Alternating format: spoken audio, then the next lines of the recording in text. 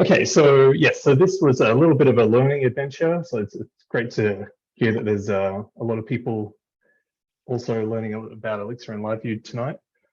And yes, in particular, this was me learning about ContentEditable and how to get it working with Phoenix and LiveView in the Playdate system that James was just introducing us to.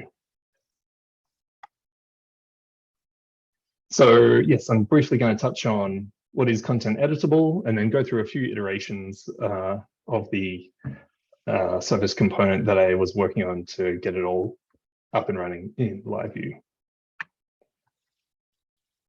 Okay, so when we started Playdate, one of the user experiences that I really wanted to emulate was what you get in Notion, where you can create a page and then immediately when you want to change the page heading, you just click on it and start typing. It's such a really nice, smooth, interactive user experience. And I thought, I wonder if we can do that in LiveView. Let's give it a go. Of course, I had no idea how this was actually being achieved in Notion, but I thought, how hard can it be? So with the help of a colleague of mine who pointed me at the F12 key, suggested that we just go and take a look at how this is being implemented in Notion. And it turns out a lot of it hinges on this ContentEditable HTML attribute. And so I've grabbed a screenshot of what MDN says about it. And basically, it's a global attribute that applies to just about any element, and it tells the browser to please allow the user to edit this right there in the browser. So that's pretty cool. I've never used this one before, but yeah, let's give it a go. Okay, so we can do that in LiveView. And so this is a little screenshot of the render function of a fairly minimal LiveView. You can ignore all of this tailwind classes on the surrounding div, but you can see in the middle there, there's a H1 heading with ContentEditable true being set. And let's see. Yep, indeed, that does render a heading that you can in fact edit in your browser. So far, so good. Okay, but we don't just want to edit it in the browser. We want to get the inputs that are coming from the user through that heading back to the server so that we can do interesting things with it, like store it in a database or broadcast it to other users, that sort of stuff.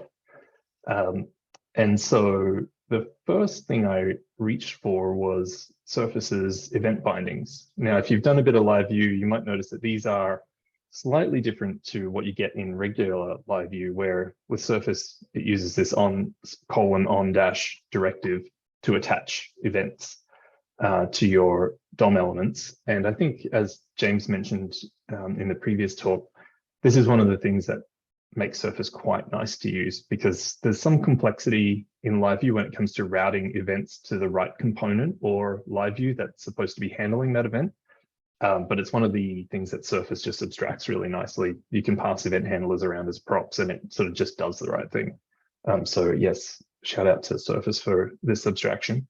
Yeah, so I thought, let's just try the onChange directive and see if that gets us some data back on the server. Oops, I've gone too far. So this is what that looks like. We say onChange is change heading on our H1 element, and add a little handle event callback, which handles the change heading event. Maybe it gives us some params and our LiveView socket. And in this case, I've just thrown an IO inspect in there just to see if we can get anything back on the server when we get some input. Turns out, no bueno. LiveView does not do any input tracking for regular elements like headings and divs. It'll only give you these for form inputs. So we've got to find another way to do this. So the next thing that came to mind was, let's try for a hook. I had briefly skimmed the hooks docs, but to be honest, I'd always stayed away from hooks because I thought one of the benefits of LiveView was to minimize the amount of JavaScript we were writing. So I sort of always put them off to the side as, oh no, that's the weird thing. You do as little as possible. But fair enough. We're in the case where we need to sort of add some extra functionality that isn't built into LiveView. So we'll do a hook. And I saw that there is this push event function, which allows you to programmatically send data from your client in your browser back to the server. And this is the example from the docs on the right, where they're using push event to build an infinite scroll experience.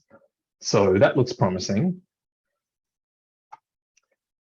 But before we go ahead and write that JavaScript hook, first, I'll show you another really nice feature of recent Surface editions, and that is co-located hooks. So we need to extract a component rather than have this heading markup directly in our LiveView. We'll go ahead and create a editable heading component.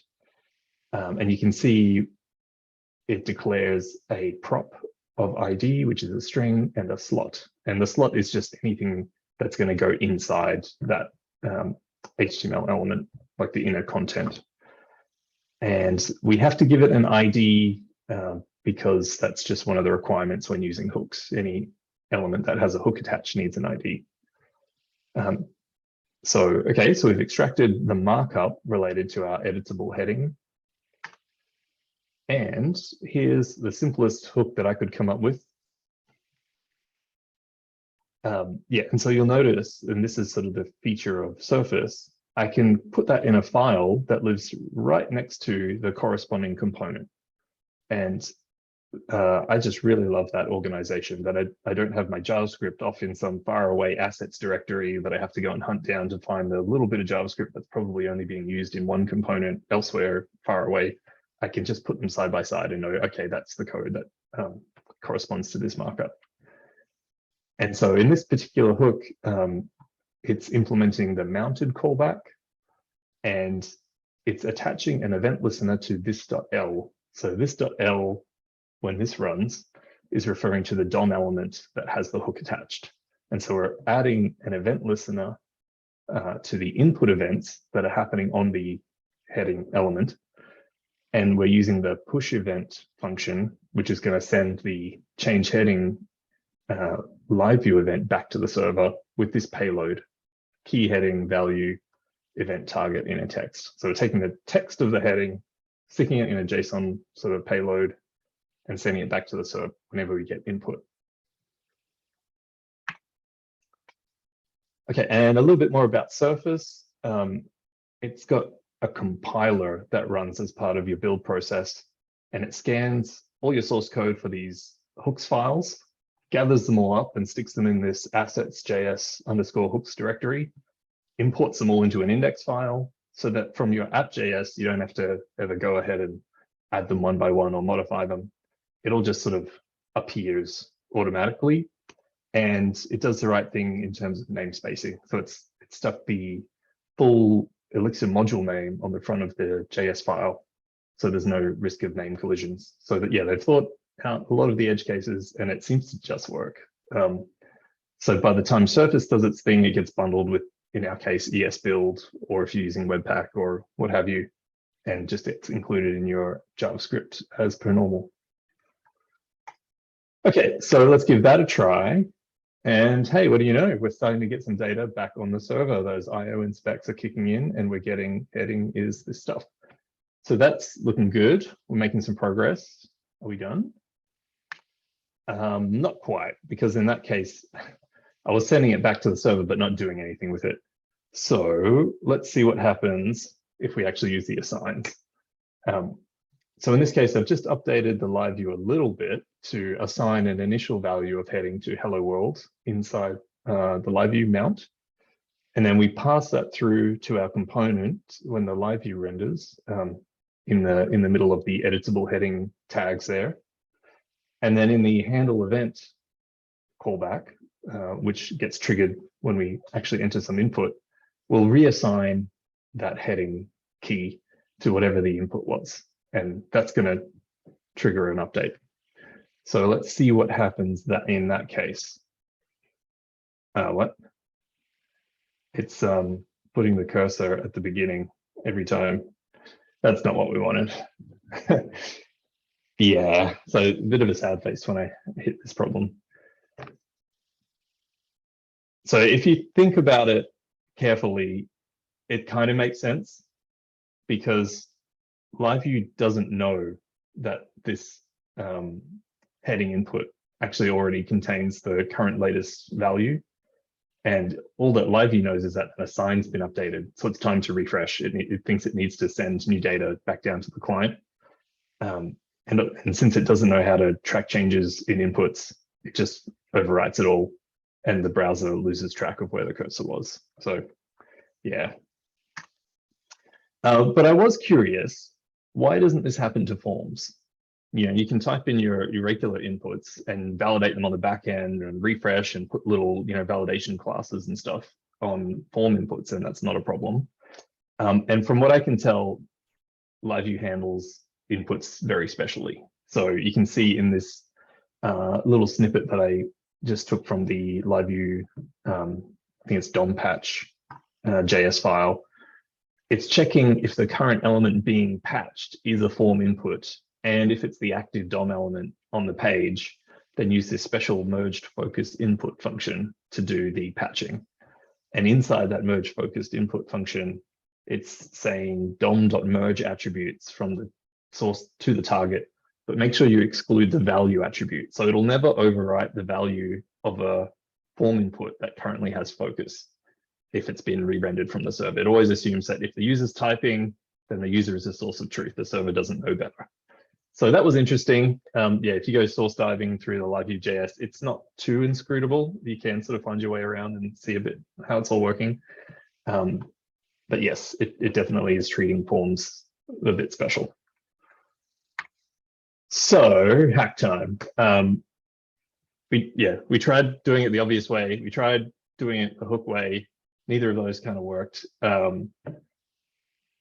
Went to Google, went to Stack Overflow, landed on Elixir Forum, and thanks to Chris McCord, there was a forum post that was sort of heading in this direction, where he suggested the trick that I'll show you on the next slide.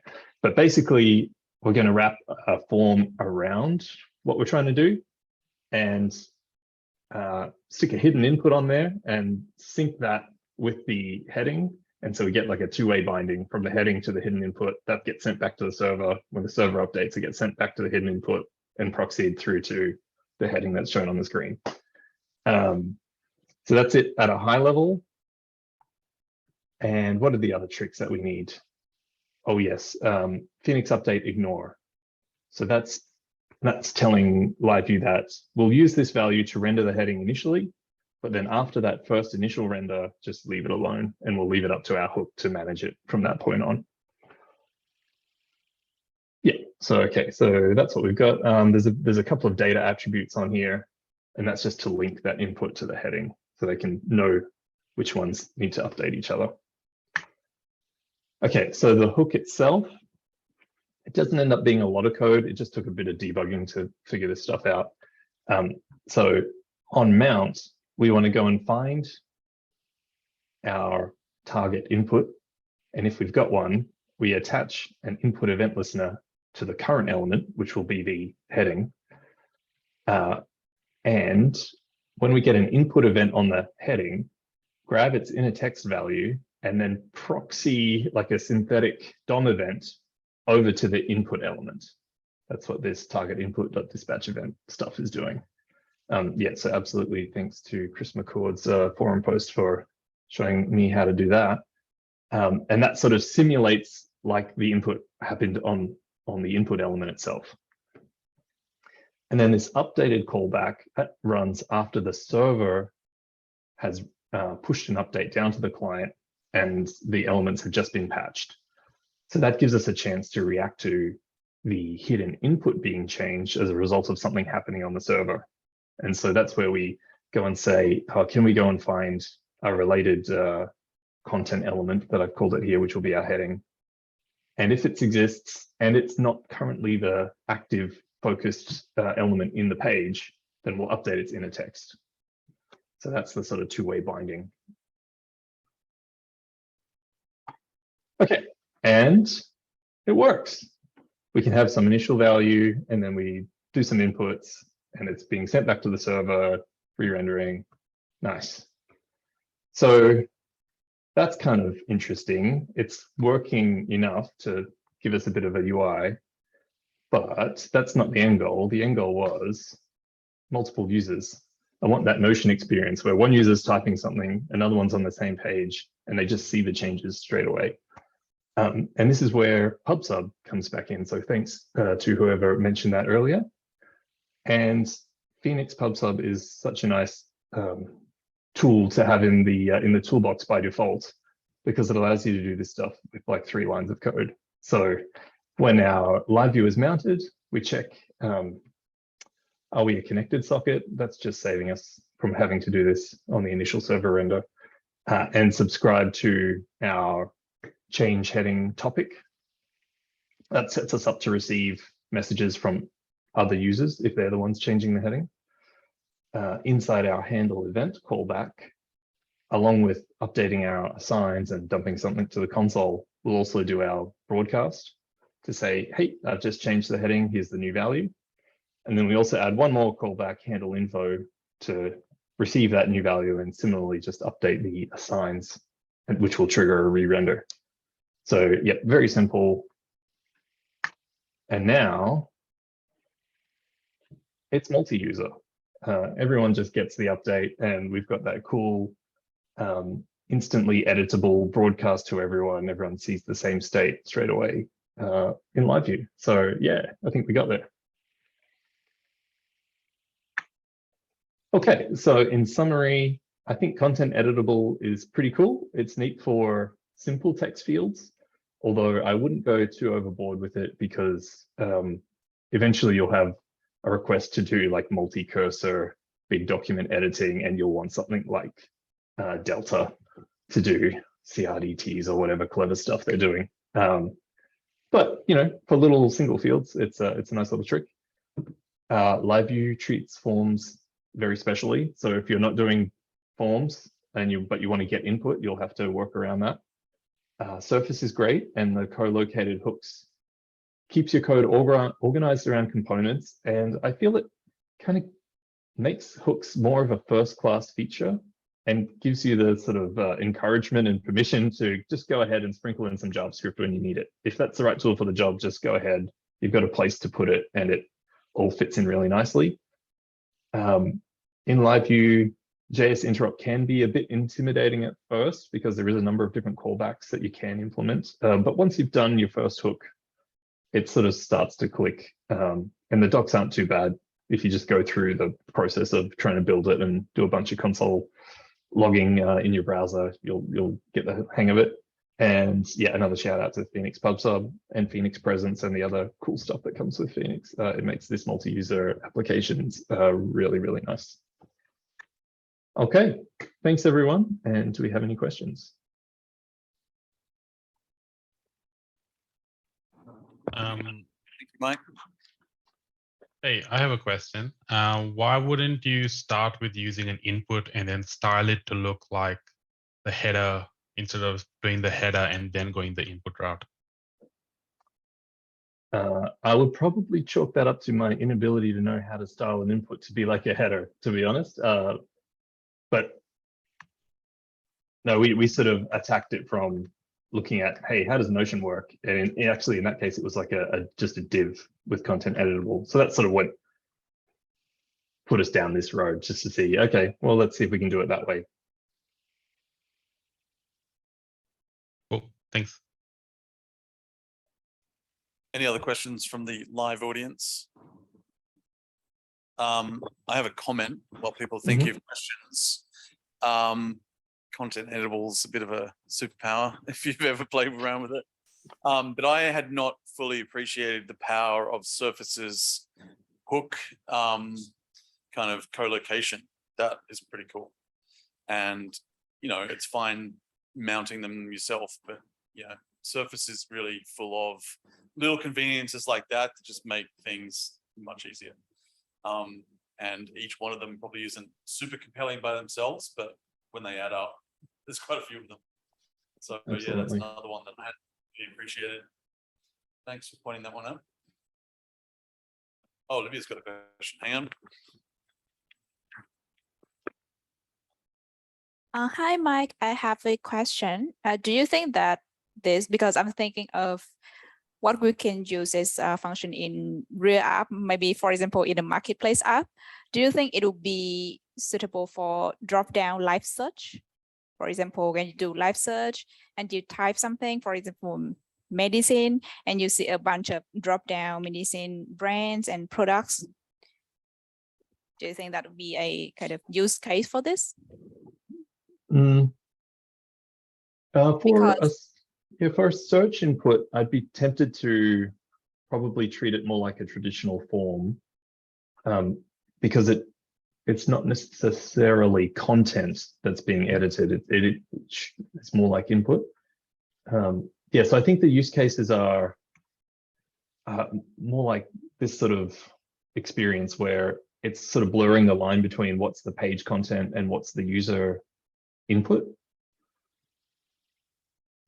Yeah, more like WYSIWYG type stuff where it all looks like a thing and not like a traditional form.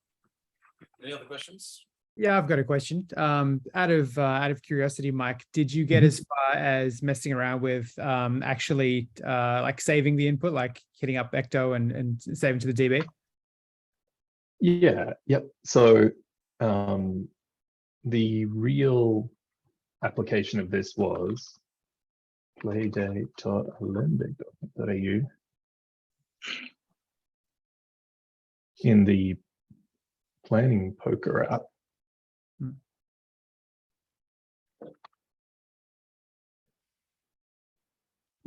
Sorry, hang on. Maybe if I use a different browser, it'll remember my password. Here we go.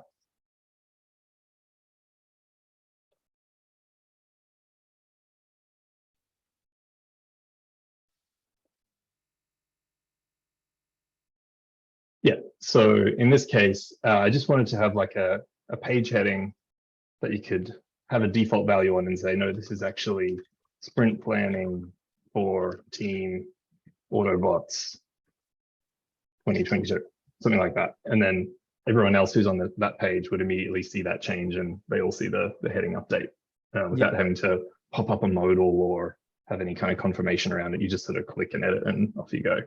That's yeah. That's really good. So with that being the case, did you give any thought to what would happen if you needed to roll back the change? Say that there was like a DB error or some sort of, it didn't capture the state correctly on the server side. Would you then sort of have to do a rollback, or how would you think about that? Yep. So I think that works. I mean, in the implementation in this one, it's actually using like a change set backed form. It's sort of, it's aware of the fact that there's a form in there. And I think once you lose focus and then possibly refresh, or there's some other change, the hidden input would sort of be used as the source of truth and would rewrite your heading. But yes, if there was complex validation rules, then you would need to think about how to provide that feedback to the user for sure. Yeah. Cool. That's awesome. That's a very nifty use of content editable. I like it. I had a question, Mike. Yep. Did you give any thought to debouncing the input, and is that doable? Yes. So I did not debounce, but it is very doable. In fact, it's a built-in feature of Phoenix. So you can say PHX throttle if you just want the input only every so often, or PHX debounce if you only want it every change. I might be confusing them, but there's two options for how you can do that. And you can even change it to only send you the update when it loses focus as well. So yes, I ran into that in particular with larger forms because by default, LiveView wants to send you your entire form on every keystroke, which can be a lot of data if it's a very big form by default. My preferred way to do that is just to put like the debounce tag on the containing form, and then it'll sort of scale it back to something a little more reasonable. That still gives you those nice live validation feedbacks without sending the entire form for every keystroke. Thanks. Yeah, that makes sense. I have a question, Mike. Hey. So I noticed in your hooks when you wrote them, there was an attribute, sorry, called bubble. What does that do? Hey, I copied and pasted that from Crispin code. Okay. Let's find out. Oh, no, I won't do it now. But I think that just means it goes up the DOM tree, up to the form, because that's where it's going to be handled and sent back to LiveView. If I suspect without that, it might not propagate the event upwards. Mike, I had a question. Yeah. You said there was a form. Is that just wrapped around the heading there? Or is that around the whole page? For your updated heading in the planning poker app? Oh, in the planning poker app,